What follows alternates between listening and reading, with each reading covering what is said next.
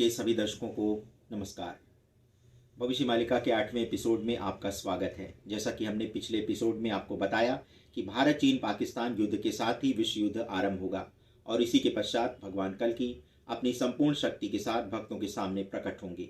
वैसे तो ये समय 2020 से 2030 के मध्य ही देखा जा रहा है, किंतु देश काल के अनुसार ये समय थोड़ा आगे पीछे भी हो सकता है। भविष्य मालिका पुराण में लिखा है कि सतयुग का आरंभ 2030 से होना है और 2038 तक भगवान कल्कि सारे संसार में धर्म संस्थापना का कार्य संपूर्ण कर लेंगे। उसमें यह भी लिखा है कि जिस स्थान पर भगवान प्रकट होंगे उसी स्थान से वे शासन करना आरंभ करेंगे। वैसे तो लिखा है कि कल्कि भगवान का जन्म संभल नामक क्षेत्र में होगा, किंतु यदि उत्तर दक्षिण मध्य पूर्व भारत की बात करें तो संभल नाम के कई क्षेत्र मिलते हैं। ऐसे में बड़ा प्रश्न ये है कि संभल भारत के किस क्षेत्र से संबंधित होगा। वैसे उड़िया ग्रंथों में ओडिशा के संभल ग्राम को ही भगवान के प्राकट्य स्थल को बताया गया है, किंतु सारे भारत के विद्वान अपने अपने संभल क्षेत्र को भगवान के अवतार से जोड़कर देख रहे हैं। विश्व युद्ध के पश्चात संसार में ऐसी परिस्थितियां उत्पन्न होंगी जिसे संभालने के लिए कल्कि भगवान पूरे संसार के भक्तों को एकत्र कर सुधर्मा सभा की स्थापना करेंगे। ये धर्म सभा जिस स्थान पर आयोजित होगी वही होगी भगवान कल्कि की राजधानी। अब प्रश्न ये है कि आखिर धर्म सभा की स्थापना कहाँ होगी, तो चलिए आपको इस बारे में भी जानकारी प्रदान करते हैं। कहा जा रहा है कि भगवान कल्कि की राजधानी पृथ्वी का एक ऐसा क्षेत्र होगा जो कि पृथ्वी का सबसे प्राचीन खंड के रूप में विख्यात है। वैसे तो भविष्य मालिका पुराण में ये स्थान ओडिशा के गिरिजा क्षेत्र जाजपुर में पड़ता है, किंतु भारत में कई स्थान इस नाम से जाने जाते हैं। अतः अब आपको भी ये स्थान खोजना होगा और निर्धारित करना होगा कि वास्तविक जाजपुर कौन सा है। वैसे आपकी जानकारी हेतु बता दें कि भगवान विष्णु द्वारा माता गिरिजा यानी पार्वती जी को यह स्थान सबसे पहले प्रदान किया गया था। आप आज भी जाजपुर की गिरिजा देवी के दर्शन कर सकते हैं। इसी जाजपुर को पृथ्वी का सबसे प्राचीन खंड माना जाता है। इसी जाजपुर में नारद जी वीणा बजाते हुए प्रकट होंगे। यहीं श्री ब्रह्मा विष्णु एवं महेश भी प्रकट होंगे और भगवान कल्कि इसी जाजपुर में सुधर्मा सभा का आयोजन करेंगे। संभवतः यही जाजपुर का क्षेत्र संपूर्ण विश्व की राजधानी बनेगा और भगवान अपने 1 लाख राजाओं के साथ पूरे संसार पर शासन करेंगे।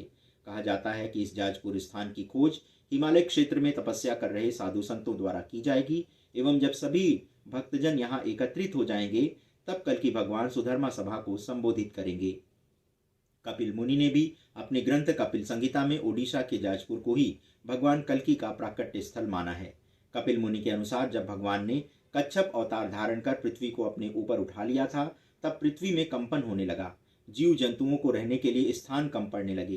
तब ब्रह्मा जी ने भगवान विष्णु से पूछा कि अब सृष्टि का निर्माण तो उन्होंने कर लिया है, किंतु पृथ्वी के बिना स्थिर हुए इसे बसाया नहीं जा सकता। ऐसे में क्या करना होगा। तब भगवान विष्णु ने कहा कि इस स्थान पर यज्ञ करें। तब ब्रह्मा जी ने जाजपुर में यहीं पर यज्ञ स्थली बनाई। इसी के पश्चात माँ पार्वती ने विंध्याचल क्षेत्र में प्रकट होकर राक्षस का वध किया था और उसके पश्चात जाजपुर क्षेत्र में माँ गिरिजा के रूप में प्रकट हुई। तब ब्रह्मा जी ने माँ गिरिजा को इसी जाजपुर में प्रतिष्ठित किया। इसी कारण इस स्थान को पृथ्वी का सबसे प्राचीनतम भूखंड माना जाता है। जिस स्थान पर ब्रह्मा जी ने यज्ञ किया उसी स्थान पर उन्होंने एक स्तंभ को स्थापित किया। ये स्तंभ प्रतीक है इस बात का कि यही पृथ्वी का केंद्र बिंदु है। ब्रह्मा जी ने पूरे पृथ्वी पर कहीं भी स्तंभ की स्थापना नहीं की है, मात्र इसी स्थान पर की क्योंकि यहीं पर उन्होंने यज्ञ किया था। इसके पश्चात उन्होंने माँ गंगा का आवाहन किया। कहा जाता है कि पृथ्वी पर वृद्ध गंगा के रूप में गंगा माता सबसे प्राचीन रूप में जाजपुर में ही बह रही हैं। यहीं पर ब्रह्मा जी ने माँ गिरिजा पार्वती को भी स्थापित किया है। इसीलिए यहाँ की माता गिरिजा को आदि माता भी बोलते हैं। इसी के पश्चात यहाँ पर यज्ञ हुआ था। तो ऐसा कहा जा रहा है कि कलयुग के समापन पर भगवान कल्कि ओडिशा के जाजपुर के गिरिजा क्षेत्र में ही सुधर्मा सभा का आयोजन करेंगे, जिसमें सारे संसार के देश के भक्त एवं साधु संत सम्मिलित होंगे। तो दर्शकों, भविष्य मालिका वेब सीरीज के इस अंक में आज बस इतना ही। आपको हमारा ये प्रयास यदि अच्छा लगा तो इसे लाइक, शेयर और सब्सक्राइब करना मत भूलिएगा, क्योंकि कहा जा रहा है कि जब भविष्य मालिका पुराण के बारे में सारे संसार में प्रचार प्रसार हो जाएगा तभी कल्कि भगवान अवतार लेंगे। यदि आप इस संबंध में हमें विशेष जानकारी प्रदान करना चाहते हैं तो इसके लिए आप हमारे email ID akhand manthan@gmail.com पर हमसे संपर्क स्थापित कर सकते हैं। धन्यवाद दर्शकों, हमारे साथ बने रहने के लिए।